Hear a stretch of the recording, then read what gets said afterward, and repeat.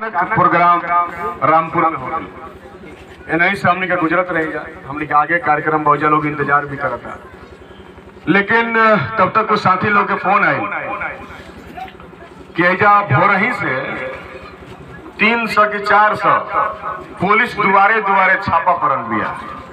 बुझाता कि अब रामपुर ना है, जम्मू कश्मीर हो गई बा। धारा 370 आज हटे वाला बा ना जी। तो पूरा चप्पे चप्पे काहे भाई, तो पता चल रहा कि कुछ देर बाद एजा एनडीए के जो प्रत्याशी बानी वहाँ के घूमे आवे के रहे। ये तो अजीब बाजी, पहले वो सुनले बानी लगा आदमी कहले कि हमनी के सोचने है कि जने मुख्यमंत्री हमनी के गांव में आवत हो। तो ये तो कहावत बा, खोदा पहाड़ निकली चूहिया। भाई लोग आइए बताइए भला, पुलिस खड़ा करके कोई वोट मांगला जी? असना केकरा से डर बा, केकरा से खतरा बा? जनता के बीच में जनप्रतिनिधि चाहे प्रत्याशी खुलेआम जाइए अपन बात रखी। जनता के जो मन मिजाज में होई अपन लोकतांत्रिक तरीका से लोग अपन बात रखी, लेकिन कोई बात ना पूछे, कोई बात ना रोके, कोई बात ना रखे, एक घाटी पहले ही पुलिस खाड़ कर दो। अब पुलिस खाड़ करके वोट मांगल जाता। और वो सोची कि जब वोट मांगे के बार ये हाल बा, तो वोट मिलने के बाद कौन हाल होई? बुरा हाल होई। कौन हाल होई? ऐसे पर विचार करे के बाद ये तो सब कोई काम बता दिले बानी। ई ना जदयू के कार्यकर्ता हवे ना भाजपा के कार्यकर्ता। ये टिकट कीन के लाइल बने रुपया पर, रुपया से टिकट कीन के लाइल बने। और भी सोचते रहे कि रुपये पर सब कोई के वोटो हम कीन ले, तो हमने के वोट बेकाऊ बजी दबा के बोली जा। वोट बिकाऊ बा, वोट बिकाऊ बा हमने के। ये वोट के अधिकार बाबा साहेब डॉक्टर भीमराव अम्बेडकर के दिहल हमने के वस्त्र जौन है धरती पर हमने के आदमी के रूप में खड़ा होके के पहचान दिले बा। हमने के अपन पहचान, अपन आइडेंटिटी कोई के फेच नहीं जा सकता। हमने के पार्टी के वरिष्ठ नेता रहनी कामरेड राम नरेश राम जी, जब माले पार्टी बनी ले रहे वहां के कहत रहे कि वोट आ बेटी कभी अपरिचित आदमी के ना दिखल। वोट आ बेटी हमेशा अपन जान के, पहचान के, ठोक के, ठेठा के देवल जाला। ऐसे वोट के अधिकार की पावर जौन हमने के हाथ में मिलल बा, जौना के चलते आज हमने के अधिकार मिलता, चाहे आरक्षण के अधिकार होके, चाहे भोजन के अधिकार होके, चाहे शिक्षा के अधिकार होके, चाहे रोजगार के अधिकार होके। आज उकरा चलते हमने के खड़ा होके माइक में बोल सकत नहीं, लेकिन जो ना गरीब वोट के अधिकार ना रहे, वो गरीब राजा महाराजा सही पुलिस फौज खड़ा करके जनता पर जुल्म करते रहे, लेकिन अपन बात रखे के हमने के समाज में कौन आदमी भी अधिकार ना रहे। आज जब उनकर 300-400 पुलिस बल के धक्का बताते हुए हजारों लोग ओकरा के खारिज करते हुए रामपुर में खड़ा बा, तो वही वोटवा के अधिकारवा के चलते खड़ा बा। ये अधिकार बा जोना के चलते हमने के कोई के शीर्ष पर चढ़ा भी सकत नहीं जा, और कोई के शीर्ष पर से उठा के गर्त में दबा भी सकत नहीं। ऐसे अधिकार के रक्षा कई बहुत जरूरी बा। हमने के महागठबंधन पूरा बिहार में मजबूती के साथ लड़ाई लड़ रहा बा। आपकी लड़ाई बहुत दिखा बा। कल मनोज तिवारी जी आई नहीं, दिल्ली के सांसद, चिन्हता नहीं जा? गाना के लिए बड़े कई तरह, रिंकिया के पापा ना ही बात नहीं तो वहाँ के आई रही। तो हरियाणा में हमने के कुछ नौजवान साथी लोग राष्ट्रीय जनता दल के झंडा ले रहे हैं, महागठबंधन के लोग प्रचार कर रहे हैं। 6-7 को लेकर रहे, उनका काफिला गुजरत रहे। तो अपन उन्हीं से कोई उकसा दिलस, इहो लड़का लोग अपन नारा बोल दिल, जौन महागठबंधन जिंदाबाद, लालू जी जिंदाबाद, राजद जिंदाबाद, तेजस्वी यादव जिंदाबाद के नारा लोग लगा दे। अभी नारा लगावल इतना नगवार गुजरल कि जा करके चुनाव आयोग में कंप्लेन कर दिया। सत्ता के हनक में इतना लोग चूरबा कि जाकर FIR करा दिए और रात खानी 2 बजे एजा के पुलिस ओजा के लोगन के घर में छापा मार के हमने के 6 गो नौजवान भाई के थाना में बंद करके काम किया। कैसे चुनाव हुई?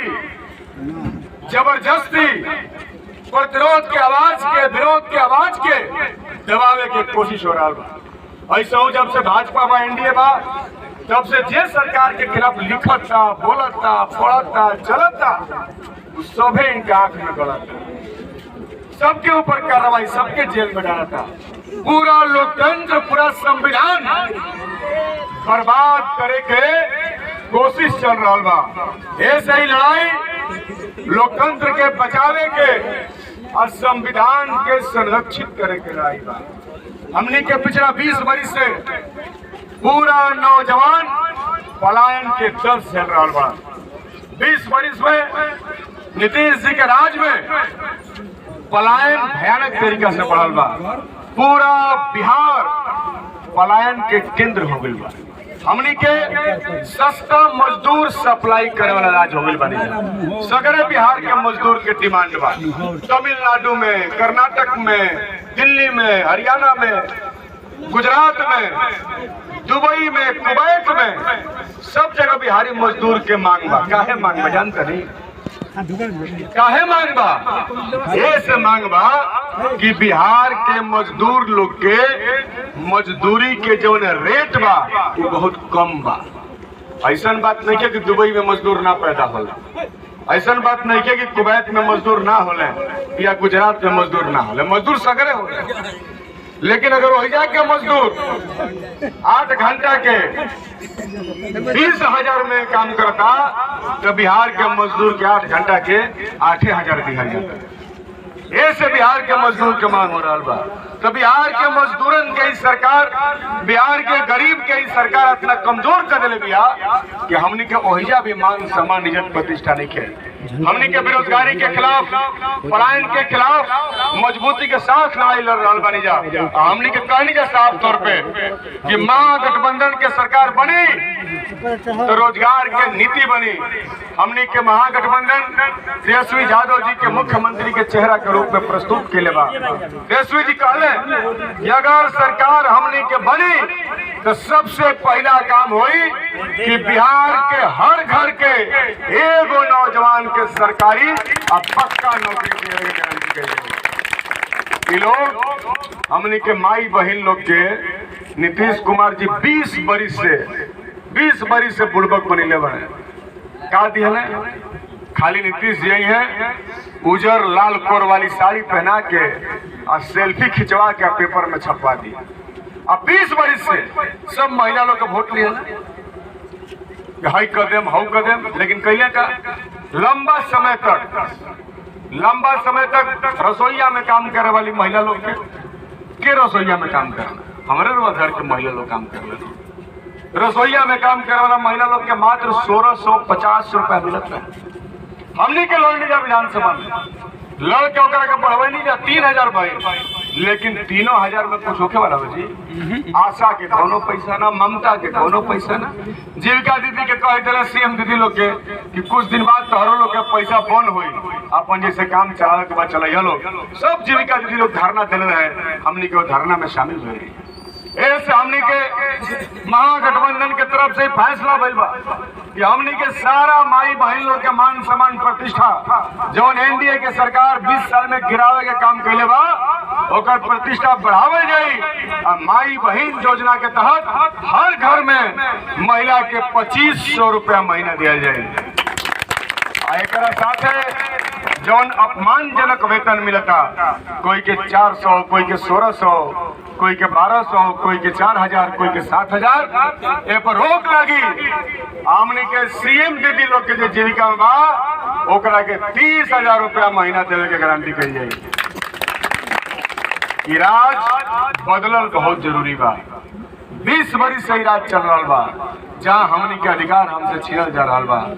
ये पूरा जिला में एगो अस्पताल नहीं खे जौना में ICU होखे।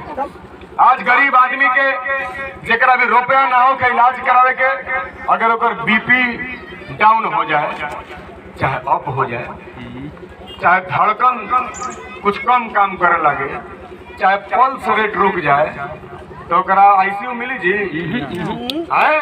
मिली ICU? आ खेत हलही नहीं के बेच के प्राइवेट में जाइबो तो कहाँ जाइबो? जमराज के यहाँ। तो जमराजों के बिहार में दृष्टि बा, ज्यादा मालैया से मिलता है। अस्पताल तो हिले नहीं। हमनी के लड़ के विधानसभा में हमनी के लड़ाई के बाद डुमराव में मेडिकल कॉलेज के हमनी का स्थापना करेले बनी। मालूम बन मेडिकल कॉलेज बन रहा था पहले कुछ ना, जब बनी तब व्यवस्था हो शिक्षा के हुए हाल। आज गांव-गांव में गरीब लोग के आवास नहीं खे, जमीन नहीं के आवास बने, जमीन नहीं के आवास में शौचालय लोग बना सके। हमने के जब विधानसभा मांग करनी जा कि सभी गरीबों को आवास के लिए बास्केट जमीन दीजिए, तो मुख्यमंत्री कहल कि कहाँ से जीत के आ जाता है। जब आता है लोग जमीन मांगता है, जमीन अपना खातिर मांगे नहीं, हमने के गरीब खातिर जमीन मांगते नहीं, लेकिन जमीन नहीं कहते, कहता है कि जमीनें नहीं खे। यही राज्य में अडानी के 1000 एकड़ जमीन, 1050 एकड़ जमीन कितना में दिया है मालूम बा? 1 रुपया में। हमनी के 5 डिसमिल जवान 1 रुपया में नहीं करते, हमनियों के 5 डिसमिल 1 रुपया में दे दो। तो हमनी के सरकार बनी तो महागठबंधन के घोषणा पत्र में लिखल बा कि गांव देहात के सब भूमिहीन गरीब परिवार के 5 डिसमिल जमीन और शहर में रहे वाला भूमिहीन परिवार के 3 डिसमिल जमीन देने की गारंटी करी। समाज के सब तबका के खुशहाली के बेहतरी के ख्याल महागठबंधन रख लेबा। हमनी के लड़के मलई बराज परियोजना के शुरू करवे नहीं जाए। जब मलई बराज सिंचाई परियोजना बंद हो भी रहे, लॉक हो भी रहे, कूड़ेदान में चल भी रहे, सरकार कहे कि इस पर अब कोई विचार नहीं। 5 साल लड़ने जा और यात्रा निकलने जा 100 किलोमीटर के, और 1 साल में 5 साल से लड़त एक बार दोबारा होकर उद्घाटन भइल और 200 करोड़ रुपए लौट भइल बा। अब आने वाला समय में रामपुर के किसान लोग के पानी का फिर इंतजार न करे के पड़ी। हम मलई बराज से सीधे पानी रुआ खेत में पहुंची। हमने के डुमराव में रजिस्ट्री ऑफिस खोलवानी जब पहले ना रहे, बहुत सारा काम जितना हो सकता रहे भाई, लेकिन हमने के विपक्ष में रहने जा हमने के बहुत मौका ना मिलल। अब क्या बिहार में माहौल बा, बिहार में लहर बा, यही लहरिया से घबरा के अभी लोग पुलिस व्यवस्था पर निर्भर हो गए बा। ऐसे इनका पुलिस व्यवस्था से डराए के नहीं के, एक वोट 6 तारीख के महागठबंधन के पक्ष में देवे के बाद आने वाला समय में नया बिहार बनावे के बाद नया बिहार राउर इंतजार कर रहा बा। ऐसे आई एक दूसरा से हाथ मिलाई और 14 तारीख के नया बिहार बनाई। यही बात के साथ हम बात के समाप्त करब। आगाऊ जाए के बाद कुछ गांव में आला गली द्वार छूट गई लोग है, भाई लोग हमारे के क्षमा करी। जे इधर साथी बा जाके पर्ची पहुंचा दी। चुनाव में समय कम मिलल, 5 दिन बरखा में हमनी पे लेवार मंजनी आ जाए, तब ना पहुंच पाइए। सब गांव में कितना पहुंचब, सुखरूप रही तब गति रही। अब वही में